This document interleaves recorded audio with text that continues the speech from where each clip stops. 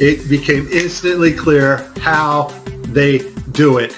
And it's just video game technology. Now, if you're part of the geek squad or the techie crowd, well, then you already know about this technology. And so let's get to the video that caught my attention, and you will see the same things that I saw. Let's watch. We have to introduce the concept of freefall. So let's use this model of the Earth. And let's enlist the help of a friend, Taxi. You might know her.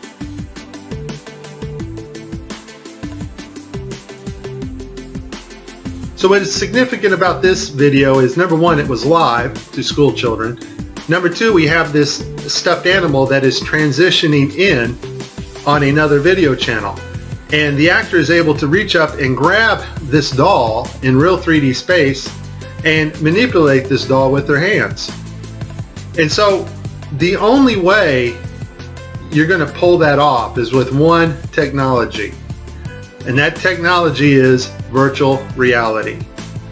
More importantly though, something called augmented virtual reality is taking the objects in 3D space from a virtual reality world and putting them in our world on another screen, which we can see, manipulate, and touch with virtual reality contacts or glasses.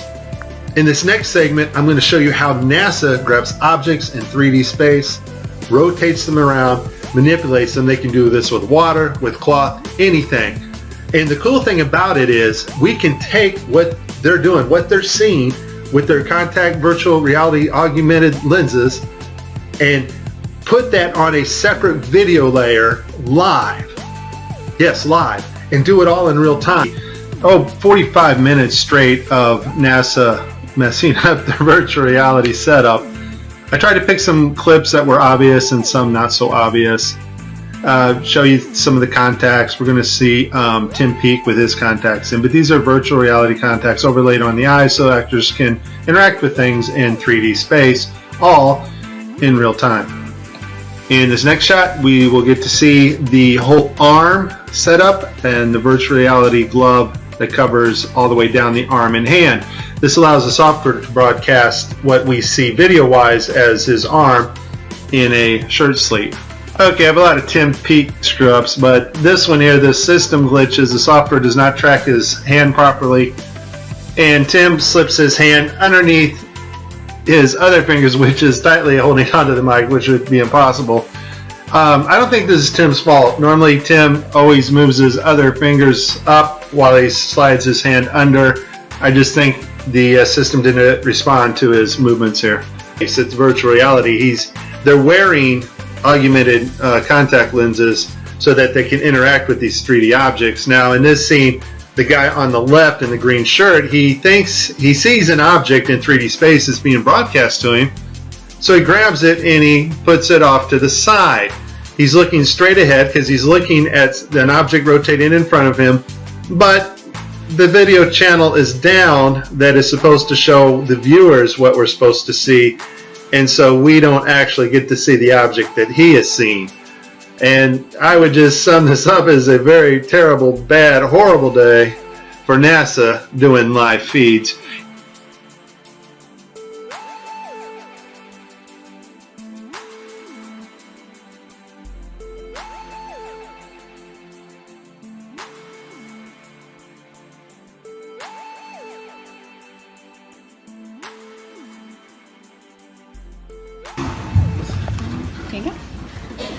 So many times during spacewalks outside the International Space Station, we can see air bubbles rising up. Can you touch on how there are air bubbles in space?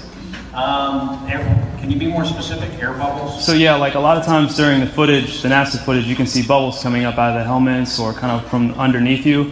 How do you explain bubbles in space?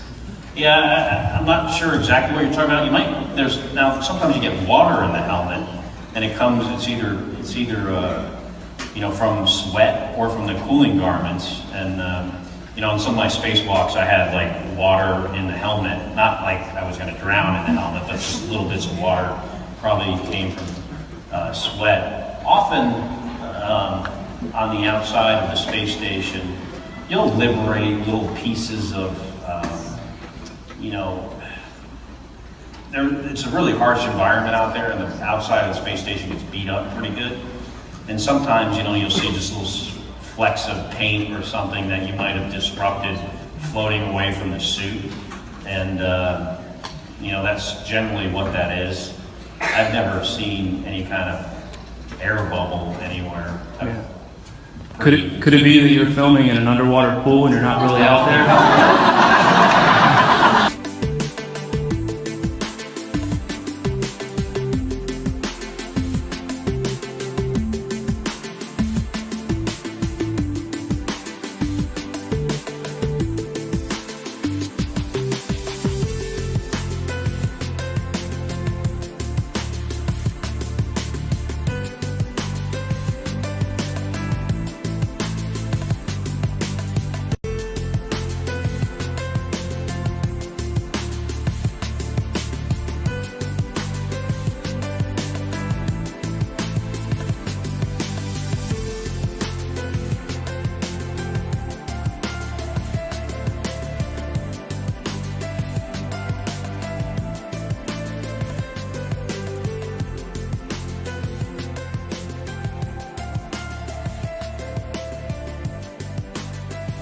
Why don't you swear in the Bible that you walked on the moon? You're the one who said you walked on the moon when you didn't.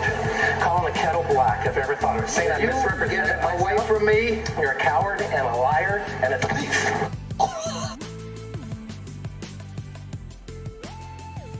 And then there is this. Official NASA research into the dynamics of an aircraft that would function over a flat and non-rotating Earth. A flat and non-rotating Earth. A flat and non-rotating Earth. What? I know NASA has a tremendous multi-billion-dollar budget, but why would the organisation waste funding research for an aircraft that functions over a flat and stationary Earth? I thought we lived on a spinning globe in space. Is this not like Toyota designing a new car that drives through lava? It would never be used and would be a tremendous waste of money. This is all fun and games until you really start to ponder NASA's lies. Why would the biggest space organisation, whose vision statement on their website claims that it is their goal to discover and expand knowledge for the benefit of humanity, lie? And where exactly does their multi-billion-dollar annual budget go? In the last 5 years, NASA's total annual budget between 2016 and 2020 totals over a whopping $100 billion. Why would they commit such fraudulent actions if they want to benefit humanity with their understanding and exploration of space? And if we cannot trust the most famous of all space organisations to give us the truth, then is the Earth really what we've been led to believe it is? And then I remembered the 1959 United Nations Treaty, which prohibits and regulates all global activity on the continent of Antarctica and ensures that the continent belongs to no nation. With Gleason's map in mind, I started to wonder whether Antarctica was really what we had been told it was. Was it really a freezing white untouched paradise where, as Sir David Attenborough shows us, penguins play in the snow? Could it really be a huge ice wall encompassing the entire Earth? And then something dawned on me and stopped me in my tracks. How did I not notice? It was staring me in the face the whole time. Gleason's map. Hidden in plain sight in the United Nations logo. Look, the North Pole is at the centre just like Gleason's map. And why is Antarctica missing? Or is it? Upon closer inspection I realised that the logo was framed in a circular laurel. I know from ancient Greek mythology that the laurel leaf came to symbolise Apollo. Apollo again, just like the moon missions. In ancient Rome the laurel was not permitted for profane uses, and lighting it at the fires of the altar was strictly forbidden. And I knew from the treaty that the UN had strictly forbidden Antarctica from being explored and exploited. Was there a message in this? I started digging, and then I realised that not only did the United Nations have this logo, but also the International Maritime Organization, the International Civil Aviation Organization, and the World Health Organization. The Maritime Organization polices the seas, and the Aviation Organization polices the skies. The World Health Organization controls all health and disease communications and guidance for the world, much like it has during the COVID-19 pandemic. Did the UN's military really police Antarctica with the maritime and aviation, or is it just an arbitrary treaty honouring the last unspoiled place on Earth?